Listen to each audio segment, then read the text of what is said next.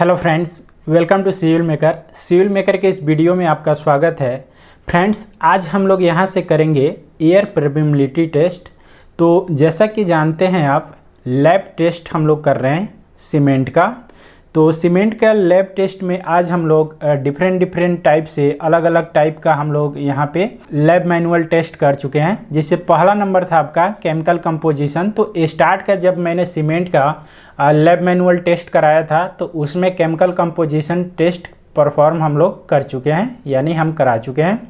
उसके बाद हम यहाँ पे नॉर्मल कंसिस्टेंसी यानी नॉर्मल स्टैंडर्ड टेस्ट भी जिसको हम बोलते हैं, तो उसको हम परफॉर्म कर चुके हैं।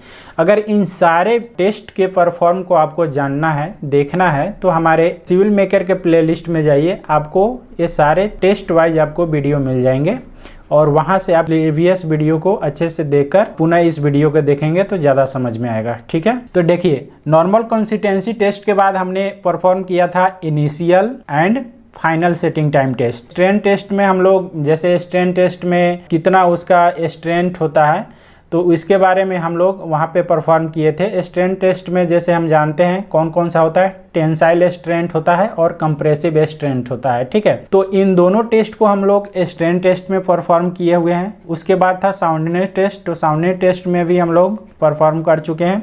नेक्स्ट आपका आता है फाइनेंस टेस्ट। तो फाइनेंस टेस्ट को भी हम लोग परफॉर्म कर रहे हैं। ऑलमोस्ट फाइनेंस टेस्ट का ये लास्ट लेक्चर है, क्योंकि फाइनेंस टेस्ट के बारे में हमने पहले आपको फाइनेंस टेस्ट के एग्जाम्पल जैसे इसमें आपको बताया गया है, ये सारे प्रोसेस और डेफिनेशन के साथ मैंने इसके प्रीवियस वाले लेक्चर में बताया है। तो आप उस वीडियो को अटेंड करेंगे तो वहाँ पे इसके बारे में मिल जाएगा।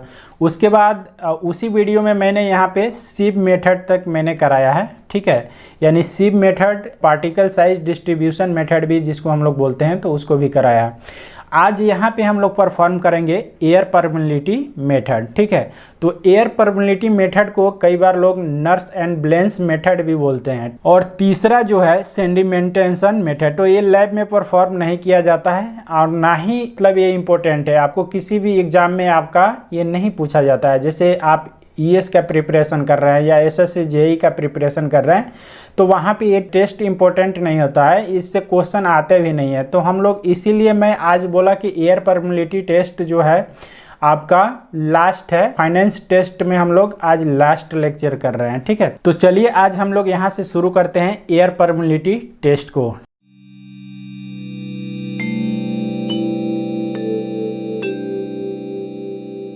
तो देखिए, जनरली एयर परमेबिलिटी टेस्ट हम लोग डिफाइन कैसे करते हैं। तो air permeable test is the fineness of the cement is govern in terms of surface area.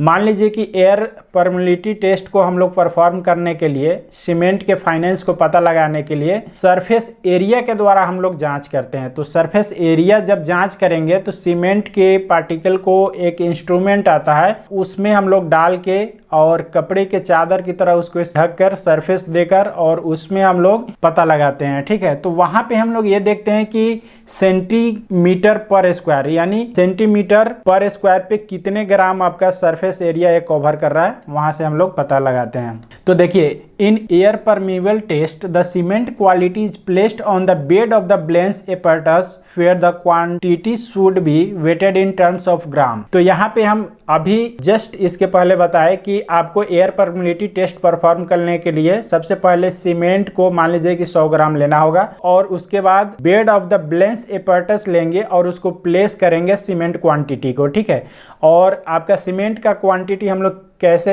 लेंगे, तो वो ग्राम में लेंगे। जैसे 100 ग्राम के हिसाब से ले लिए। When the air blown from the bottom, then the cement particle is displaced from its position and occupies certain surface area of the bed of the Blens apparatus। उसके बाद हम लोग क्या करते हैं, जो इंस्ट्रूमेंट होता है उसके बॉटम में वो सीमेंट पार्टिकल को प्लेस करने के लिए दिया हुआ होता है।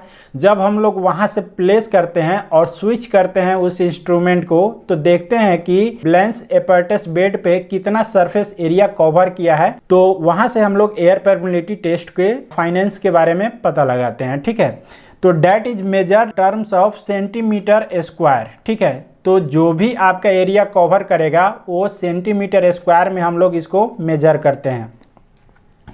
greater of finance of the cement, greater will be displacement cement particle, more will be surface area occupied by the cement particle। ठीक है, जितना ज़्यादा सरफेस एरिया ये कवर करेगा, डिस्प्लेस होगा, उतना ही सीमेंट पार्टिकल जो है आपका, यानी उतना ही ज़्यादा अच्छे क्वालिटी का वह सीमेंट होगा। तो हम लोग ऐसे एयर परमिलिटी टेस्ट के द्वारा सीमेंट के फाइनेंस को पता लगाते हैं। ठीक है, नेक्स्ट यहाँ पे है there for the Blaine's apparatus test govern the fineness by the mechanism of the surface area occupy the cement particle.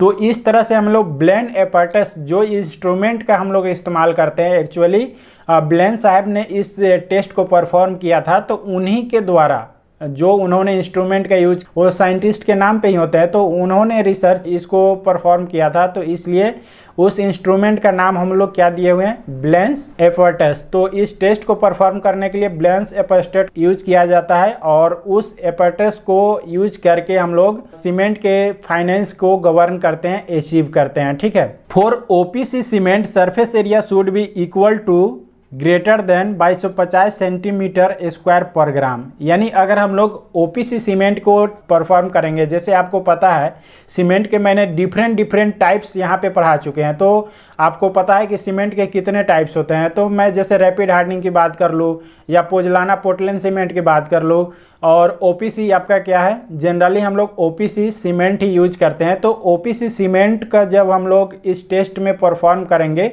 तो वो कितना सरफेस एरिया कवर करेगा, तो 2250 सेंटीमीटर स्क्वायर पर ग्राम वो सरफेस एरिया कवर करेगा। अगर ये कंडीशन को पूरा कर रहा है ओपीसी सीमेंट, तो देन हमारा ओपीसी सीमेंट बहुत अच्छे क्वालिटी का है, और जिस भी कंपनी का ये सीमेंट इस कंडीशन को पूरा करता है, तो समझिए वो सीमेंट कोई भी कंपनी का वो बेटर परफॉर्म कर रहा है, अच्छा सीमेंट है। ठीक है, और इसके बाद specific gravity of ideal cement, किसी भी आइडियल सीमेंट के लिए कितना स्पेसिफिक ग्रेविटी होता है, तो उसका वैल्यू यहाँ पे दिया हुआ है 3.15 होता है। ये जनरली आपको कई बार ऑब्जेक्टिव में पूछ देंगे, एसएससी वगैरह में तो खास करके यही सब क्वेश्चन पूछे जाते हैं जो आपको डायरेक्ट थ्योरेटिकल हो। ठीक है, यानी 2D point. The heat of hydration of the cement is determined by the using calorimeter, where the calorimeter given to reading calorie per gram with respect to time 1 day, 3 days, 7 days, 14 days और 21 days, 28 days। ठीक है, तो हम लोग इतना तो जानते हैं, जैसे मैंने पिछले लेक्चर में बहुत सारे सीमेंट टेस्ट को परफॉर्म किया है, तो फाइनली आप कोई भी मोल्ड लेंगे, यानी कोई भी सीमेंट का जब टेस्ट परफॉर्म करने के लिए जब मोल्ड लेते हैं, तो बन के जब तैयार होता है, तो वहाँ पे फाइनली वो अपने शेप अचीव करने के बाद उसमें हीट ऑफ हाइड्रेशन होता है। चाहे आप किसी भी रूफ का कास्टिंग करें या कहीं रोड का कास्टिंग करें, जब वो फाइनली सेट होगा तो क्या होगा, हीट ऑफ हाइड्रेशन अचीव करेगा। तो यहाँ पे अलग अलग मोल्ड से हम लोग एक दिन में किस मोल्ड का कितना हीट जनरेट हो रहा है, तो जो भी हम लोग मेजरमेंट करते हैं वो कैलोरीमीटर में करते हैं, और एक दिन में कितना हीट जनरेट हो रहा है किस मोल्ड में, उसको हम लोग नोट डाउन करते हैं और इस तरह से पता लगाते हैं। तो एक दिन में हो गया, 3 दिन में कोई और मोल्ड, तीसरे दिन पे कोई इसी और मोल्ड को लेंगे, उसका मेजरमेंट हम लोग कैलोरीमीटर में दर्ज करेंगे। उसके बाद 7 डेज, 14 डेज, 21 डेज, 28 डेज, इस तरह से डिफरेंट मोल्ड को हम लोग अलग अलग डेज पे परफॉर्म करके उसके कैलोरीमीटर रीडिंग को राइट कर लेते हैं, और उसके बाद हम लोग ये देखते हैं कि कितना कैलोरीमीटर किस दिन ये हीट ऑफ हाइड्रेशन किस मोल्ड में कितना जनरेट हो रहा है। ठीक है, अब देखिए केमिकल लैब टेस्ट में कुछ हम लोग इसकी बात कर लेते हैं फैक्टर की। तो यहाँ पे the lime saturation factor of cement should not be less than 0.66 and should not be greater than 1.02। तो यहाँ पे केमिकल लैब में, जैसे यहाँ पे यहाँ पे कैब नहीं होगा, लैब होगा। ठीक है, ये यहाँ पे गलत टाइप हो गया, तो इसको करेक्ट कर लीजिएगा। यहाँ पे द लाइम सेचुरेशन फैक्टर, तो किसी भी लाइम का मतलब जो भी हमारा सीमेंट है उसमें लाइम का क्वांटिटी होता है, तो लाइम का सेचुरेशन फैक्टर कितना होना चाहिए, मिनिमम जो होना चाहिए 0.66 एंड मैक्सिमम कितना होना चाहिए 1.02 होना चाहिए। अगर इस कंडीशन को पूरा कर रहा है तो समझिए वो सीमेंट आपके अच्छे क्वालिटी में है। तो इस तरह से हम लोग केमिकल लैब में